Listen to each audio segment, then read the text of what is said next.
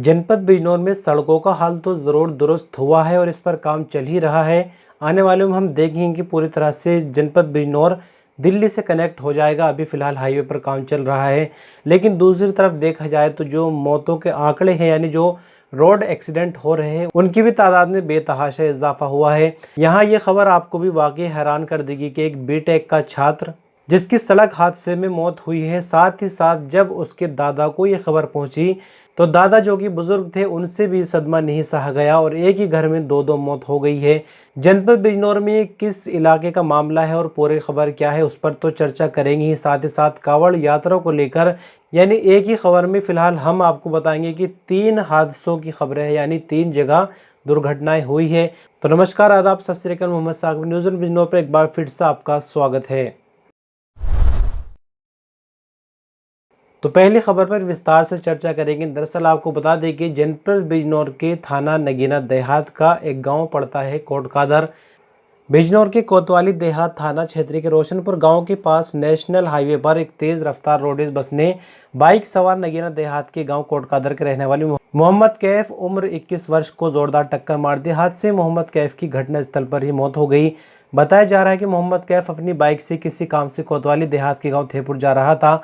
इस दौरान जैसे ही वह रोशनपुर के पास पहुंचा तभी ये दर्दनाक हादसा हो गया।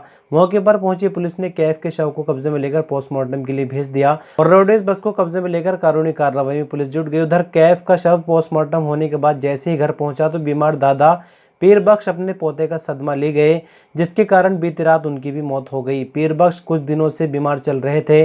दादा पोते की मौत हो जाने से परिवार वालों के ऊपर दुखों का पहाड़ टूट पड़ा है। परिजनों का रो रो कर बुरा हाल है। गांव स्थित कब्रिस्तान में दादा पोते की कब्र एक दूसरे के पास बनाई गई और जोहर की नमाज के बाद दादा पोते को सुपुर्द खाक किया गया। तो दादा पोते की ये मौत की खबर जो भी सुन रहा है वो हैरान है। यहाँ 3 तस्वीरें एक एक कर हम आपको दिखाएंगे। यहाँ पर ये बाइक है जिससे एक्सीडेंट हुआ, भी आप देख सकते हैं, और ये कैफ की तस्वीर है मौत से पहले, यानी कैफ इस तरह का दिखता था। और ये कैफ के दादा भी जो तस्वीर में है पीर बख्श, यानी कैफ और इनके दादा का इंतकाल हो चुका है और वजह बनी दुर्घटना।